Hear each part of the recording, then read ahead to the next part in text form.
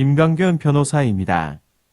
오늘은 임대차 계약도 사회 행위 취소의 대상이 될 수 있는지에 대해서 살펴봅니다. 주택임대차보호법은 임차인 보호를 위한 제도를 규정하고 있습니다.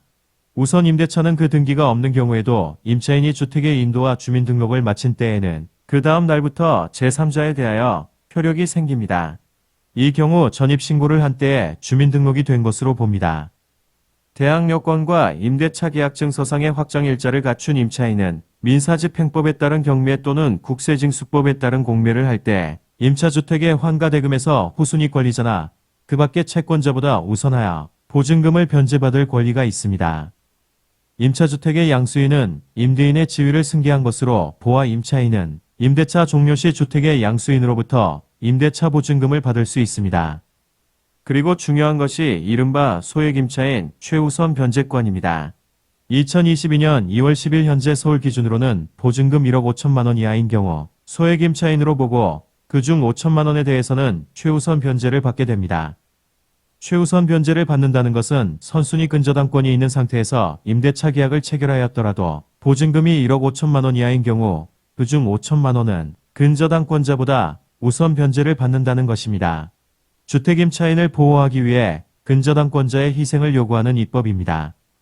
그런데 가끔 이러한 소액임차인 최우선 변제권을 악용하는 경우도 있습니다.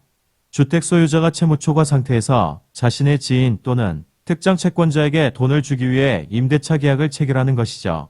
경매 개시 등기 전에 특정 채권자와 보증금 5천만 원의 임대차 계약을 체결하고 대항력을 갖추게 되면 특정 채권자는 5천만 원을 받을 수 있게 됩니다. 그래서 법원은 일정한 경우 임대차 계약도 사회행위 취소의 대상이 될 수 있다고 봅니다. 대법원 2003-771 판결을 봅니다.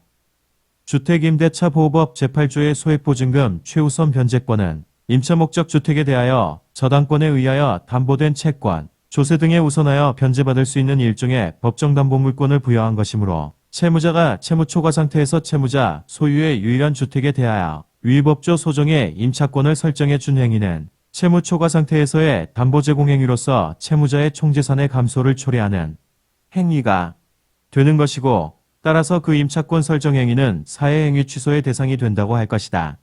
주택임대차보호법 제8조의 소액보증금 최우선 변제권 보호 대상인 임차권을 설정해 준 행위가 사회행위인 경우 채무자의 악의는 추정되는 것이고 수익자인 임차인의 악의 또한 추정된다고 할 것이나 다만 위법조 소정의 요건을 갖춘 임차인에 대하여 선행의 담보권자 등에 우선하여 소액보증금을 회수할 수 있도록 한 입법 취지에 비추어 보면 위법조 소정의 임차권을 취득하는 자는 자신의 보증금 회수에 대하여 상당한 신뢰를 갖게 되고 따라서 임대인의 채무 초과 상태 여부를 비롯하여 자신의 임대차 계약이 사회행위가 되는지에 대하여 통상적인 거래행위 때보다는 주의를 덜 기울이게 될 것이므로 수익자인 임차인의 선의를 판단함에 있어서는 실제로 보증금이 지급되었는지 그 보증금의 액수는 적정한지 등기부상 다수의 권리 제한 관계가 있어서 임대인의 채무 초과 상태를 의심할 만한 사정이 있었는데도 굳이 임대차 계약을 체결할 사정이 있었는지 임대인과 친인척 관계 등 특별한 관계는 없는지 등을 종합적으로 고려하여 논리와 경험칙을 통하여 합리적으로 판단하여야 한다. 오늘은 임대차 계약도 사회행위 취소의 대상이 될 수 있는지 여부에 대해 살펴보았습니다. 궁금한 점이 있으면 상담 바랍니다. 감사합니다.